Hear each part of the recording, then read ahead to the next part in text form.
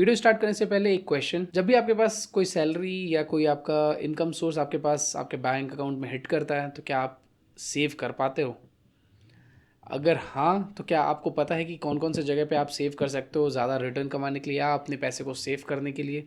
या अगर आप ये ही सोचते हो कि कहाँ इन्वेस्ट करना चाहिए, कोई बोलता है गोल्ड में इन्वेस्ट कर दो, कोई बोलता है रियल इस्टेट में करो, कोई बोलता है म्यूचुअल फंड में कर दो, स्टॉक मार्केट में कर दो। एग्जैक्टली मेरे साथ भी यही होता था कि कोई भी आता था वो ज्ञान दे के चला जाता था कि यार एफडी में सेव कर लो अपने पैसे, म्यूचुअल फंड खरीद लो, स्टॉक मार्केट खरीद लो, टर्म इंश्योरेंस ले लो, ये कर लो, वो कर लो, बहुत सारे ऑप्शंस आपको बता दिए जाते हैं।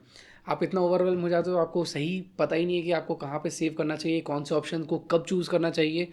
अगर आपका रिस्क एपेटाइट ज़्यादा है तो आपको कौन सा ऑप्शन चूज़ करनी है, अगर आप ज़्यादा रिस्क नहीं ले सकते हो तो कौन सा ऑप्शन आपको चूज़ करना चाहिए। इस वीडियो में आज हम सिंपल लैंग्वेज में यही समझेंगे 2026 के अंदर आप कौन से ऐसे एसेट्स हैं जहाँ पे आप इन्वेस्ट कर सकते हो, कौन से ऐसे एसेट्स हैं जहाँ आपको रिस्क के साथ साथ हाई रिटर्न देते हैं और आपको सेफ्टी नेट भी प्रोवाइड करते हैं। कुछ ऐसे फंड्स हैं जो लेट्स से या कुछ ऐसे एसेट्स हैं जो आपको पैसे सेफ रखने में हेल्प करते हैं और आपको अच्छा खासा ग्रोथ भी देते हैं। तो सारे रिस्क के अनुसार, हाई रिस्क, मीडियम रिस्क और लो रिस्क के अनुसार हम जानेंगे कहाँ कहाँ आप इन्वेस्ट कर सकते हो। प्लस हम जानेंगे कि अगर लेट्स से अगर आप 20 ईयर्स के हो वर्सेज आप 40 ईयर्स के हो, 20 ईयर्स वाले के पास ऑब्वियसली रिस्क एपेटाइट ज़्यादा होता है तो वो बहुत सारी जगह इन्वेस्ट कर सकते हैं, बहुत लंबा टाइम होराइजन है उनके पास। वर्सेस जो 40 ईयर्स का एज है जहाँ पे आप, या 30 ईयर्स के ऊपर जब आप जाते हो तो आपको चाहिए होता है सेफ्टी नेट, आपको चाहिए होता है, आपकी फैमिली बढ़ रही होती है तो आपको चाहिए होता है कि थोड़े से कम रिस्क के साथ आपका पैसा ग्रो होता रहे। तो कहाँ कहाँ क्या क्या ऑप्शन है वो सब हम जानेंगे इस वीडियो में। वीडियो के एंड तक ज़रूर बने रहना। तो मैं एक एलोकेशन फ्रेमवर्क भी डिस्कस करूँगा इस वीडियो के एंड में, जो कि आपको गाइड करेगा कि आप अपना फंड कैसे एलोकेट कर सकते हैं डिफरेंट डिफरेंट एसेट्स में। वेलकम टू माय चैनल, मेरा नाम है प्रियम श्रीवास्तव और मैं बात करता हूँ पर्सनल फाइनेंस पे, हाउ टू मेक श्योर कि आपका जो पैसा है वो ग्रो करे, कहाँ आप सेव कर सकते हो। मैं अपनी काफ़ी ज़्यादा एक्सपीरियंसेस शेयर करता हूँ ताकि आप उससे सीख सको और आप फाइनेंशियली फ्रीडम की ओर जा सको। वीडियो स्टार्ट करने से पहले चैनल को ज़रूर सब्सक्राइब कर लीजिएगा और बेल आइकन तो ज़रूर प्रेस करिएगा क्योंकि आने वाले सारे वीडियो जो होंगे उनकी नोटिफिकेशन आपको आती रहे। वीडियो का मैंने 3 सेक्शन में डिवाइड करा है, low risk, medium risk and high risk. High risk में भी हम जानेंगे कि कौन कौन से ऐसे एसेट्स हैं जहाँ पे आप, अगर आपके पास टाइम ज़्यादा है, लेट्स से आप अभी 20s में हो, 30s में हो, तो आप वहाँ पे इन्वेस्ट करके बहुत अच्छा रिटर्न बना सकते हो और आप कैसे एक अच्छा फाइनेंशियल गोल अचीव कर सकते हो। लो रिस्क ये एक ऐसा कैटेगरी है जहाँ पे आप अपने पैसे को सेव करते हो, आप बहुत ज़्यादा एक्सपेक्टेशन आपकी नहीं होती कि आप उसको ग्रो करो, बट ऐसे भी कुछ कुछ इंस्ट्रूमेंट हैं जो आपको लॉन्ग टर्म में अच्छा खासा रिटर्न बना सकते हैं, जो आपको करोड़ों में रिटर्न या करोड़ों में आपका कॉर्पस बिल्ड करने में हेल्प कर सकते हैं। जो पहला अपना ऑप्शन है यहाँ पे आता है सबका प्यारा फिक्स डिपॉजिट। फिक्स डिपॉजिट काफ़ी अच्छा चीज़ है बट पर्सनली मुझे पसंद नहीं है। ये सिर्फ और सिर्फ मुझे तब पसंद आता है जब मैं अपना इमरजेंसी फंड कहीं कोलेट करना चाहता हूँ। क्यों ऐसा होता है? क्योंकि फिक्स डिपॉजिट में आपको 5 to 6% या 7% तक का मैक्सिमम रिटर्न मिलता है। इतने से रिटर्न पे जब आप पैसे विड्रॉ करने जाते हो तो आपको टैक्स लगता है। जब आप ईयर ऑन ईयर जब आप पैसे विड्रॉ नहीं करते हो तो भी आपको टैक्स देना पड़ता है। फॉर एग्जाम्पल लेट्स से आप अगर 30% टैक्स ब्रैकेट में हो इन सब टैक्स के हिसाब से, तो वहाँ पे आपको हो सकता है कि 30% टैक्स देना पड़े अपने फिक्स डिपॉजिट पे एवरी ईयर। तो जो आपका इफेक्टिव रिटर्न है वो हो जाता है 2 to 3% या 4% मैक्सिमम। उससे ज़्यादा रिटर्न एफडी आपको नहीं देता है। अब प्रॉब्लम कहाँ आती है? प्रॉब्लम ये है कि जैसे आपका इन्फ्लेशन बढ़ रहा है हर बार 6% 7% से, वैसे आपका एफडी का जो रिटर्न है वो आपको निगेटिव दे रहा है रिटर्न। अगर आप देखोगे, आप इन्फ्लेशन, महंगाई जो है, महंगाई इज़ नथिंग, जहाँ पे आप लेट्स से आज अगर 100 रुपये का कोई चावल, 1 kg चावल खरीद रहे हो, हाइपोथेटिकली एग्जाम्पल दे रहा हूँ मैं बस, 100 रुपये का 1 kg चावल खरीदो तो वो अगले साल आपको 110 रुपये का 1 किलो चावल मिलेगा। तो होता क्या है कि आपका जो 100 रुपये का वैल्यू है वो डिग्रेड कर रहा है और चीज़ें महंगी होते जा रही हैं ईयर ऑन ईयर। तो यहाँ पे जो आपका महंगाई है वो 10% से बढ़ रहा है। इसी को केटर करने के लिए आप पैसे ऐसे जगह इन्वेस्ट करते हो जो आपको इन्फ्लेशन रेट से एटलीस्ट 1 या 2% तो ज़्यादा इंटरेस्ट दे ताकि आपका इन्फ्लेशन बैलेंस आउट हो जाए। फिक्स डिपॉजिट सिर्फ उन लोगों के लिए जो अपना इमरजेंसी फंड बिल्ड कर रहे हैं। अपना इमरजेंसी फंड कहीं ना कहीं आपको पार्क करना होगा तो फिक्स डिपॉजिट उसके लिए बेटर है, क्योंकि मुझे यहाँ से कोई रिटर्न नहीं चाहिए, मुझे चाहिए कि मेरा पैसा सेफ रहे, दैट्स इट। बाकी जो भी मेरे पास पैसे बचेंगे ग्रो करने के लिए, वो जो आगे ऑप्शन है हमारे पास उसमें हम डालेंगे ताकि आप हमारा पैसा जो है ग्रो हो और हमें एक अच्छा कॉर्पस बिल्ड करने में हेल्प करे। सेकंड ऑप्शन हमारे पास आता है वो आता है पीपीएफ, पब्लिक प्रोविडेंट फंड। ये काफ़ी अंडररेटेड प्रोडक्ट है मार्केट में और मिडिल क्लास लोग को लगता है कि उनका पैसा इसमें फंस गया, बट यही इस फंड की क्वालिटी है कि आपका जो पैसा होता है 15 साल तक के लिए लॉक इन हो जाता है। बहुत सारे ऐसे फंड्स हैं जहाँ पे आप डाल सके, आपको कुछ भी इमरजेंसी आएगी आप पैसे निकाल सकते हो, बट कुछ ऐसे फंड्स भी होने चाहिए जहाँ पे पैसे आप डालो तो आपको लॉन्ग टर्म के लिए वो लॉक कर दे, ताकि आप कंपाउंडिंग देख पाओ और आपका सारा पैसा एक बार में एग्जॉस्ट ना हो। तो मैं पीपीएफ और ईपीएफ दोनों ही बहुत ही एक्सटेंसिवली यूज़ करता हूँ। पीपीएफ में आपको इंटरेस्ट जो होता है 7.1% पर एनम के अप्रॉक्स में मिलता है। आप 500 रुपये से भी स्टार्ट कर सकते हो इन्वेस्टमेंट इसमें, और एक साल में आप 1.5 लाख रुपए के आसपास का इन्वेस्टमेंट कर सकते हो। तो अगर आप लेट्स से 5,000 रुपये पर मंथ आप डाल रहे हो 7.1% के इंटरेस्ट के हिसाब से, तो आपको समवेयर अराउंड 15 साल के बाद 16 lakhs के अप्रॉक्स का आपको फंड मिल जाता है। थर्ड ऑप्शन जो आपके पास आता है ईपीएफ। अगर आप सैलरीड पर्सन हो तो आपका ईपीएफ अकाउंट ज़रूर होगा, कोई कंपनी में आप काम कर रहे होगे तो वहाँ पे भी आपको एक ईपीएफ का अकाउंट ज़रूर मिलता है। ये काफ़ी अच्छा फंड है, अगर आपके पास ऑप्शन है तो ज़रूर इसमें इन्वेस्ट करो। और जो सबसे अच्छी बात है इसका जो इंटरेस्ट होता है वो होता है 8.2 से लेके 8.5। गवर्नमेंट उसको डिसाइड करती है बेसिस, इतने के बीच में ही वो रिवॉल्व अराउंड करता है। तो आप इसमें काफ़ी अच्छा पैसा बना लेते हो और सेफ्टी के साथ। यहाँ पे आपका सेफ्टी दोनों तीनों फंड में कॉम्प्रोमाइज़ नहीं हो रहा है, सेफ्टी भी है, रिटर्न्स भी अच्छे हैं, काफ़ी ज़्यादा अच्छे हैं। फिक्स डिपॉजिट से अगर आप कंपेयर करो तो आपको एक अच्छा कॉर्पस बनाने में हेल्प कर सकते हैं। ईपीएफ और पीपीएफ को अगर आप देखते हो तो लॉन्ग टर्म में तो आपके लिए एक रिटायरमेंट फंड भी ये बिल्ड कर देता है। नेक्स्ट आता है जो रिटायरमेंट का सबसे बेस्ट प्रोडक्ट है और मैं भी इसमें इन्वेस्ट करता हूँ, कोई रिकमेंडेशन नहीं है। इस प्रोडक्ट का नाम है NPS national pension scheme. Basically होता क्या है, अगर जब आप प्राइवेट सेक्टर में काम करो तो गवर्नमेंट आपको ऑप्शन देती है कि आप इसमें इन्वेस्ट करो और आपको एज अ पेंशन आपको 60 ईयर्स के बाद पैसा मिलता रहेगा हर मंथ पे एक लमसम अमाउंट। अच्छा बात यह है इस एसेट में कि आपका जो पैसा है वो काफ़ी डाइवर्सिफाई हो जाता है। डाइवर्सिफाई मतलब ये होता है कि आपका पैसा मल्टीपल जगह पे लग रहा है, स्टॉक्स में भी लग रहा है, गवर्नमेंट बॉन्ड में भी लग रहा है, सिक्योरिटीज़ में भी लग रहा है, म्यूचुअल फंड्स में भी लग रहा है। तो आपका जो रिस्क है वो काफ़ी बैलेंस आउट हो जाता है और over the period of time आपको 10 से 12% के बीच का रिटर्न बना के ये देता है, जो कि काफ़ी अच्छा रिटर्न है। अगर आपको डिटेल में इन तीनों चारों एसेट में से किसी में भी आपको वीडियो चाहिए तो आप कमेंट में ज़रूर मुझे बता देना, तो मैं एक डिटेल वीडियो उस पर बना दूंगा। नेक्स्ट जो फंड है ये फंड आपको गेस करना है, क्योंकि ये फंड सिर्फ और सिर्फ गर्ल चाइल्ड के लिए है। अगर आपके पास गर्ल चाइल्ड है, आपकी बेटी है, तो आप ज़रूर इस फंड में इन्वेस्ट करो। मैंने भी इन्वेस्ट करा है क्योंकि मेरी बेटी है, तो आप इसमें जैसे ही गर्ल चाइल्ड बॉर्न होती है तो आप उसमें इन्वेस्टमेंट शुरू कर सकते हो। मात्र 500 रुपये 100 रुपये से भी आप स्टार्ट कर सकते हो इसमें इन्वेस्टमेंट। और जब भी आपकी बेटी 21 साल की हो जाएगी तो आपको मैच्योरिटी का अमाउंट मिलता है। और इन बिटवीन अगर आपको मैच्योरिटी चाहिए तो मेडिकल एक्सपेंसेस या फिर स्कूल की जो फीस या एजुकेशन फीस होती है उसके लिए आपको कंडीशन बेसिस पे आप पार्शियल विड्रॉल कर सकते हो। बेसिस आपकी गर्ल चाइल्ड का वो रिक्वायरमेंट होना चाहिए। ये आपको 8.2% का रिटर्न बना के देता है, जो कि आपको टैक्स फ्री होता है। अगर कोई किसी के पास बेटी है और वो फिक्स डिपॉजिट करा तो मैं बोलूँगा उससे बेटर है कि आप ये करो। इसका नाम है सुकन्या समृद्धि योजना, जो गवर्नमेंट ने लॉन्च किया था। आप ज़रूर इन्वेस्ट करो अगर आपकी गर्ल चाइल्ड है तो। अब आते हैं नेक्स्ट सेक्शन पे जो हमारा है मीडियम रिस्क का। मीडियम रिस्क एक काफ़ी बेहतरीन कैटेगरी है जहाँ पे मैक्सिमम लोग लाई करते हैं। इस कैटेगरी में जितने भी लोग अपने पैसे को ग्रो करना चाहते हैं स्टेबिलिटी के साथ और अच्छा कॉर्पस बिल्ड करना चाहते हैं, रिटायरमेंट फंड बिल्ड करना चाहते हैं, एजुकेशन के लिए फंड बिल्ड करना चाहते हैं, वेल्थ क्रिएट करना चाहते हैं, ये कैटेगरी जो है काफ़ी इंपॉर्टेंट कैटेगरी है आप लोगों के लिए। और इस कैटेगरी में most of the middle class families fall करती हैं और उनको 9 to 14% तक का रिटर्न ईजिली मिल सकता है। जो नंबर 1 एसेट है इसमें वो आता है रियल इस्टेट। रियल इस्टेट में बेसिकली आप कमाते हो रेंट से, उसके लिए आपको रियल इस्टेट परचेज करना पड़ता है। या तो आप फ्लैट परचेज करते हो, बंगलो परचेज करते हो, या कोई भी प्रॉपर्टी परचेज करते हो, या तो फिर आप कमर्शियल स्पेस परचेज करते हो। बट एज अ बिगनर मैं नहीं चाहूँगा कि आप अपनी पूरी की पूरी ज़िंदगी की कमाई ईएमआई में देते रहो, क्योंकि जितनी भी रियल इस्टेट प्रॉपर्टीज़ हैं वो कहीं ना कहीं 1 करोड़ 90 लाख ऐसे ही जा रहे हैं। 1 करोड़ 2 करोड़ तो मेट्रो सिटीज़ में कहीं नहीं गए। तो इतना बड़ा अमाउंट अचानक से आपको इन्वेस्ट करना, बहुत लोग हैं जो कर सकते हैं, बट मैं मिडिल क्लास लोगों की बात कर रहा हूँ जो इतना बड़ा इन्वेस्टमेंट नहीं कर सकते हैं। उनके लिए भी एक ऑप्शन है which is called as REITs. REITs क्या होता है?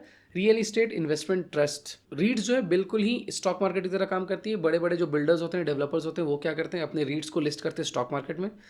उसके बाद जो भी उनकी रेंटल इनकम होती है उन डेवलपर्स की, वो स्टॉक मार्केट से आपको प्राइस ऊपर या नीचे जाती है, तो उसके बेसिस पे आप उस पर इंटरेस्ट कमाते हो। ये कहीं ना कहीं आपको इन बिटवीन 7 to 9-10% तक का आराम से रिटर्न बना के देती है। तो अगर आपके पास बहुत सारा पैसा नहीं है प्रॉपर्टी में इन्वेस्ट करने का तो उससे बेटर है कि आप रीट्स में इन्वेस्ट करो। कम पैसे में अच्छा इंटरेस्ट आपको मिल जाएगा और आप उससे एक इनकम सोर्स भी जनरेट कर सकते हो। नेक्स्ट जो आता है कॉर्पोरेट बॉन्ड्स। कॉर्पोरेट बॉन्ड क्या होता है? जो बड़ी बड़ी कंपनीज होती हैं वो आती हैं मार्केट में और वो रिटेल इन्वेस्टर्स से पैसे उठाती हैं। पैसे उठाती हैं एज अ रिटेल इन्वेस्टर मैं उनको लोन दूंगा कंपनीज को, ताकि वो बड़े बड़े फैक्ट्रीज बना पाए, बिजनेस एक्सपेंड कर पाए। उसके बदले वो मुझे बॉन्ड देते हैं कि इतने साल तक मैं आपसे पैसा ले रहा हूँ, तो आपको 8% 7% जो भी इंटरेस्ट रेट चल रहा होगा उस टाइम पे उस पर्टिकुलर बॉन्ड का, वो इंटरेस्ट रेट आपको मिलता है। तो इसमें दोनों का फ़ायदा है, आप पैसे दे रहे हो और उनको पैसा मिल रहा है जिससे वो अपना बिजनेस एक्सपेंड कर रहे हैं। बट इसमें एक कैच ये है कि कॉर्पोरेट जो बॉन्ड्स होते हैं काफ़ी रिस्की भी होते हैं। तो इसमें मैं एडवाइस यही करूँगा, क्योंकि हमारी जो रेटिंग एजेंसीज हैं, क्रिसिल और ये सब, वो सारे बॉन्ड्स को रेट करती हैं। जो भी कॉर्पोरेट बॉन्ड ए रेटेड है या डबल ए या ट्रिपल ए, मुझे लगता है कि आप ए रेटिंग में ही इन्वेस्ट करिए, उससे नीचे आने की ज़रूरत नहीं है, बी सी में आपको आने की ज़रूरत नहीं है। अगर आप उसमें इन्वेस्ट करोगे तो वो काफ़ी रिस्की होता है, हो सकता है कि वो कंपनी जाके आगे जाके बंद हो जाए और आपका पैसा भी डूब जाए, तो ये एक रिस्क रहता है। तो रिस्क को मिनिमाइज़ करने के लिए आप अच्छे कॉर्पोरेट बॉन्ड, क्वालिटी वाले बॉन्ड्स में इन्वेस्ट कर सकते हो जो कि ट्रिपल ए या ए रेटेड है। नेक्स्ट जो ऑप्शन है हमारा, वो बेस्ट ऑप्शन है इस category, which is mutual fund. Mutual fund आपको हाई रिस्क में चाहिए, लो रिस्क में चाहिए, डेट वाले में चाहिए, सब तरीके के म्यूचुअल फंड्स आते हैं मार्केट में। तो किसी भी टाइप के आप इन्वेस्टर हो, आप 20 साल के हो, 30 साल के हो, 40 साल के हो, हाई रिस्क में चाहिए, मीडियम रिस्क में चाहिए, लो रिस्क में चाहिए, सब कैटेगरी के म्यूचुअल फंड्स आपको मिलते हैं। जो ब्रॉडर 3 कैटेगरी होते हैं वो होते हैं लार्ज कैप, मिड कैप और स्मॉल कैप।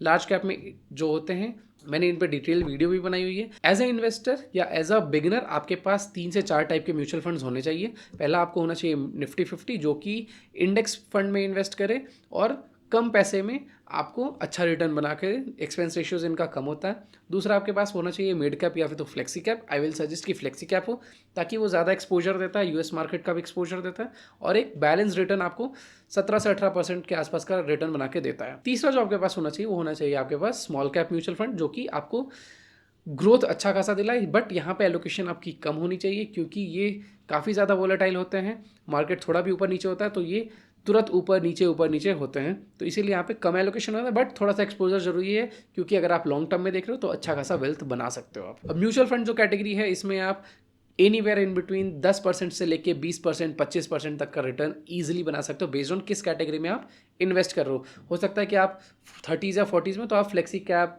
या लार्ज कैप में इन्वेस्ट करो। अगर आप 20s में हो तो स्मॉल कैप का एक्सपोजर आप ज़रूर लेना, तो लार्ज कैप में भी डालना, मिड फ्लेक्सी कैप में भी डालना, मिड कैप में भी डालना, और स्मॉल कैप में तो ज़रूर ही एक्सपोजर लेना, क्योंकि आपके पास टाइम होराइजन बहुत है, आप अपने रिस्क को बैलेंस कर पाओगे। एक सिंपल रूल जो आपको वेल्थ क्रिएशन में हेल्प करेगी विथ म्यूचुअल फंड, जब भी मार्केट गिरता हो तो आप उस समय एसआईपी बंद ना करें। वही टाइम होता है रियल जब आपका वेल्थ क्रिएट होता है, क्योंकि मार्केट नीचे होता है, आप उस समय इन्वेस्ट करते रहोगे तो आपका जो एवरेजिंग है वो और नीचे होगा। जब भी मार्केट ऊपर जाएगा तो आपको अच्छा खासा रिटर्न बना के देगा। और कभी भी मार्केट को प्रिडिक्ट नहीं करना है, हमें सिर्फ ध्यान देना है कि हम एक सर्टेन टाइम पे हमेशा एसआईपी करते रहे, या जब भी मार्केट डाउन हो तो उस समय हमें ज़रूर इन्वेस्ट करना है। नेक्स्ट आपके पास ऑप्शन आता है ईटीएफ का। ETF is nothing but exchange traded funds होते हैं, मल्टीपल कैटेगरीज में आते हैं। गोल्ड का अलग होता है, सिल्वर का अलग होता है, लार्ज कैप का अलग होता है, स्पेसिफिक सेक्टर्स का अलग होता है।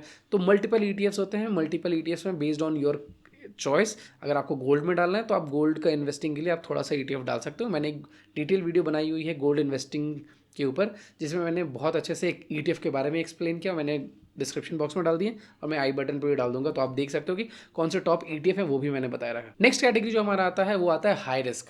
हाई रिस्क एक ऐसा कैटेगरी है जो आपको बहुत ज़्यादा पैसा भी बना के दे सकता है, या तो फिर आपको बहुत ज़्यादा निगेटिव में भी डाल सकता है। तो ऐसा ज़रूरी नहीं कि जो हाई रिस्क होगा वो हमेशा आपको अच्छे पैसे ही बना के देगा। वो हो सकता है आपको कम पैसे भी बनाए, या फिर आपको हो सकता है वो निगेटिव में भी डाल दे। ये काफ़ी एक्साइटिंग लगता है, बट हाई रिस्क में भी आप इन्वेस्ट कर सकते हो अगर आप अच्छे से समझ के इन्वेस्ट करोगे। Over a period of time आपका जो रिस्क होता है वो बैलेंस हो जाता है। इसमें जो नंबर 1 आता है असेट, वो आता है डायरेक्ट स्टॉक्स। अगर आपको स्टॉक पिकिंग आती है, आपको आता है फाइनेंशियल स्टेटमेंट पढ़ना, आपको आता है वो सारी चीज़ें करना, आजकल एआई की वजह से काफ़ी ईजी हो गया, तो आप उससे डायरेक्ट स्टॉक पिकिंग भी कर सकते हो। बट आई वुड सजेस्ट कि अगर आप बिगिनर हो तो अभी के लिए आप स्टॉक पिकिंग मत करो। थोड़े दिन आप म्यूचुअल फंड में अपना बेस बनाओ, डिसिप्लिन लाओ, उसके बाद फिर आप डायरेक्ट स्टॉक पिक कर सकते हो कि कौन से स्टॉक में आपको इन्वेस्ट करना है। मैं पर्सनली अभी डायरेक्ट स्टॉक नहीं पिक करता हूँ, मैं म्यूचुअल फंड पे ही रिलाई करता हूँ, और which gives me healthy return, और मुझे बार बार रीबैलेंसिंग और मार्केट को टाइम नहीं करना पड़ता है। तो यहाँ पे आप 15 से 20% कहीं कहीं तो मल्टीबैगर बनते हैं, तो आपको 100, 200, 1000% का भी इंटरेस्ट मिल जाता है। जो नेक्स्ट ऑप्शन आपके पास आता है वो आता है क्रिप्टो। क्रिप्टो काफ़ी फैसिनेटिंग वर्ड है, काफ़ी लोग उसमें इन्वेस्ट करते हैं, बट बहुत ही रिस्की है। अगर आप बिगिनर हो मत इन्वेस्ट करो अभी। इसमें मल्टीपल कॉइन्स होते हैं, मल्टीपल टेक्नोलॉजीज़ होती हैं। अगर आप इन्वेस्ट करना भी चाहते हो तो इथेरियम, सोलाना से बियॉन्ड मत जाओ। बहुत सारे मीम कॉइन्स हैं, बहुत सारे आपके पास डिफरेंट डिफरेंट गेमिंग कॉइन्स भी हैं, उसमें काफ़ी वॉलीटिलिटी होती है। बहुत सारा पैसा डाल दिया, कभी भी मार्केट बहुत नीचे जा सकता है, कभी भी बहुत ऊपर जा सकता है। तो प्लीज़ क्रिप्टो में सोच समझ के इन्वेस्ट करें। अगर इन्वेस्ट करना भी है तो 5% से ज़्यादा आपका एसेट एलोकेशन नहीं होना चाहिए क्रिप्टो में। नाउ कैसे एलोकेट करना है फंड? इतनी बातें हो गई, इतने सारे फंड हमने देख लिए, इतने सारे एसेट भी देख लिए। अब एलोकेशन करना कैसे है, मैं कैसे करता हूँ? सिंपल सा रूल है, 100 माइनस जो भी आपकी एज है, वो जो वैल्यू आएगा आपके पास वो आपका एलोकेशन होना चाहिए इक्विटी में। Equity as in mutual funds होंगे, स्टॉक्स होंगे उसमें सिर्फ। बाकी जो 30%, फॉर एग्जांपल मैं अपना लेट्स से एग्जांपल लेता हूँ, तो 100 माइनस अगर मैं 30 करूँगा, क्योंकि जो कि मेरी एज है, तो मेरे पास आएगा वैल्यू 70% मैं एलोकेट करूँगा सिर्फ और सिर्फ इक्विटी में।